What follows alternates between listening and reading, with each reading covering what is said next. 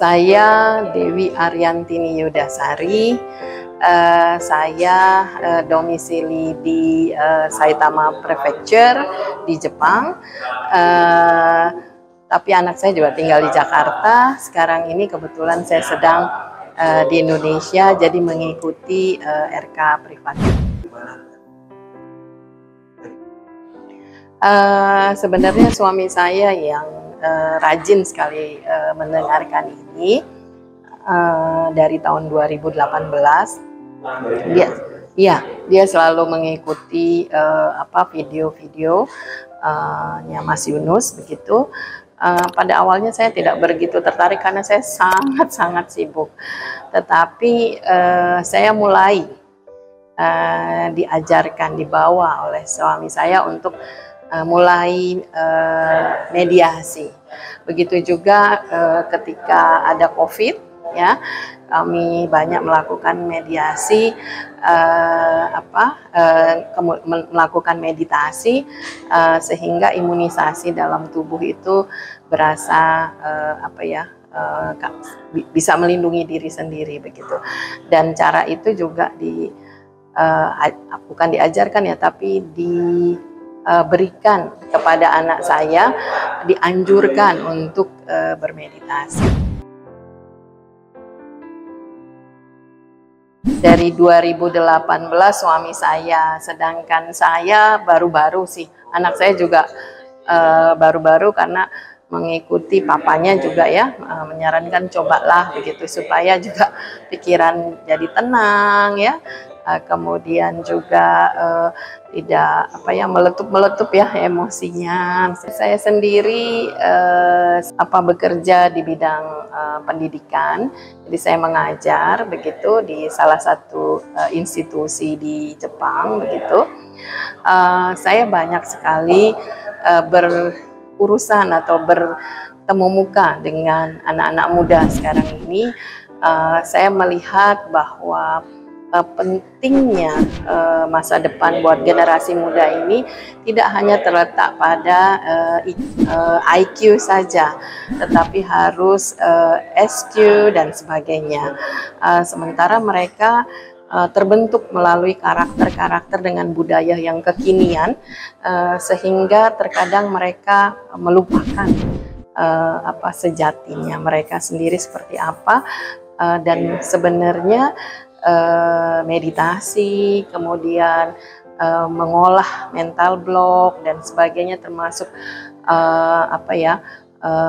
mengolah emosi, itu sangat-sangat penting di dalam mengolah diri ya, untuk bisa mengarahkan diri sendiri menuju masa depan yang sehat, yang berkesejahteraan, berkelimpahan, dan bahagia. Iya, meditasi juga ada. Selain itu juga ya namanya kita hidup juga kan banyak masalah ya, dan masalah itu kan juga terkadang bertubi-tubi dan sebagainya gitu ya. Itu satu, jadi kita juga bisa tenang ya kalau meditasi. Selain itu, bagaimana kita sendiri bisa menyerap energi keberlimpahan. Di antaranya energi keberlimpahan itu adalah energi uang, kemudian kekayaan ya. Itu juga kan modal untuk supaya kita bisa berkehidupan, berkesejahteraan dan berkelimpahan.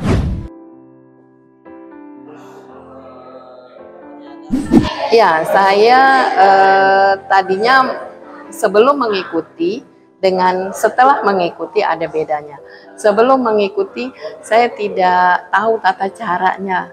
Meditasi aja seperti biasa, tetapi tidak tahu kapan bisa hanya meditasi saja. Tapi setelah mengikuti RK, saya jadi mengetahui bahwa meditasi itu juga harus dirangkaikan dengan olah nafas.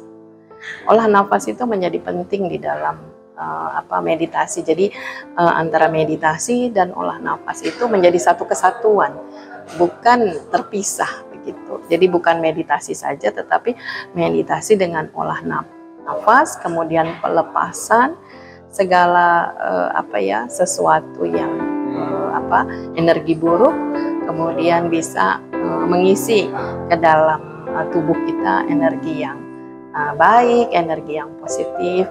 Kemudian kapan dilakukannya, bagaimana caranya, terlepas dari sensasi-sensasi yang diperoleh dari hasil meditasi itu.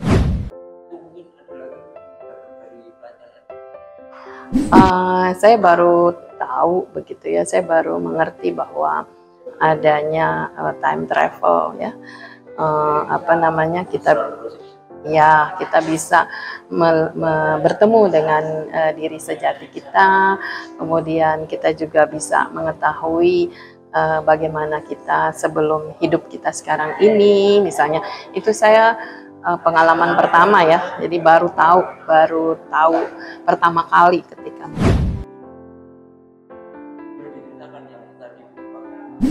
Oh ya, waktu silent practice itu saya mengikuti tata cara yang disampaikan begitu.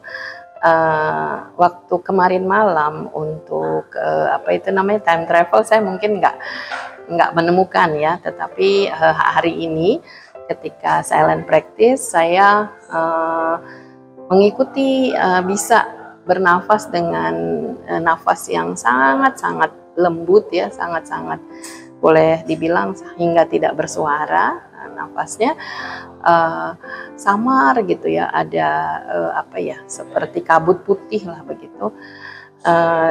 Di situ saya melihat, saya waktu itu memang sebelum pada saat meditasi itu saya umur 83 tahun itu seperti apa ya begitu. Iya, macam. Saya melihat di situ ada nenek-nenek gitu pakai tongkat dengan baju rok dengan rambut yang ini dan putih begitu, tapi wajahnya gembira gitu ya. Saya yakin itu saya gitu. Jadi saya dan penampakan itu nggak berhenti gitu ya, terus gitu. Saya jelas sekali melihat begitu. Saya hanya bilang sehat ya, semangat ya gitu, paham kepada si nenek itu begitu, dan meditasi selesai begitu. Itu ya saya berbahagia ya.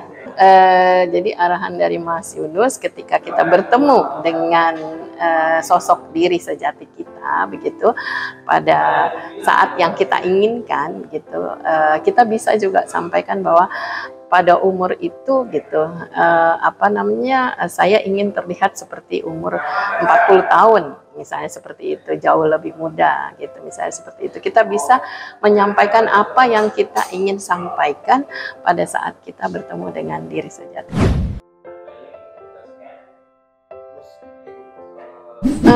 Tadi pada saat zero mind ya, pada saat zero point itu saya merasa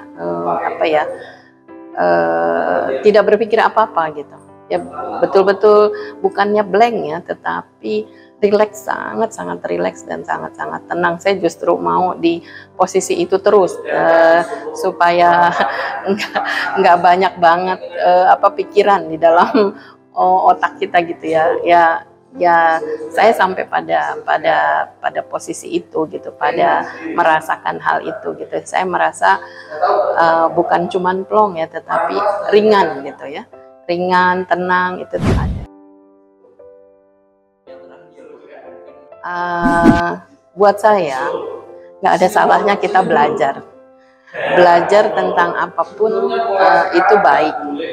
Seperti kemarin pada saat saya ditanya kenapa kok ibu mau ikut ini, saya sampaikan saya ingin belajar. Saya menempatkan diri saya sebagai botol kosong yang saya tidak tahu apa-apa, sehingga saya ingin belajar segala sesuatu yang baru. Dalam hal ini, segala sesuatu yang baru itu akan bermanfaat, apapun itu, untuk kita nantinya begitu. Jadi saya tidak apa itu namanya apa ya itu tidak memaksa begitu, tetapi saya hanya menyarankan agar teman-teman, Bapak dan Ibu di sana, misalnya seperti itu, yang ingin menambah wawasan, pengetahuan, kemudian pengalaman, mengisi dengan sesuatu yang baru, saya pikir nggak ada salahnya karena itu semua baik.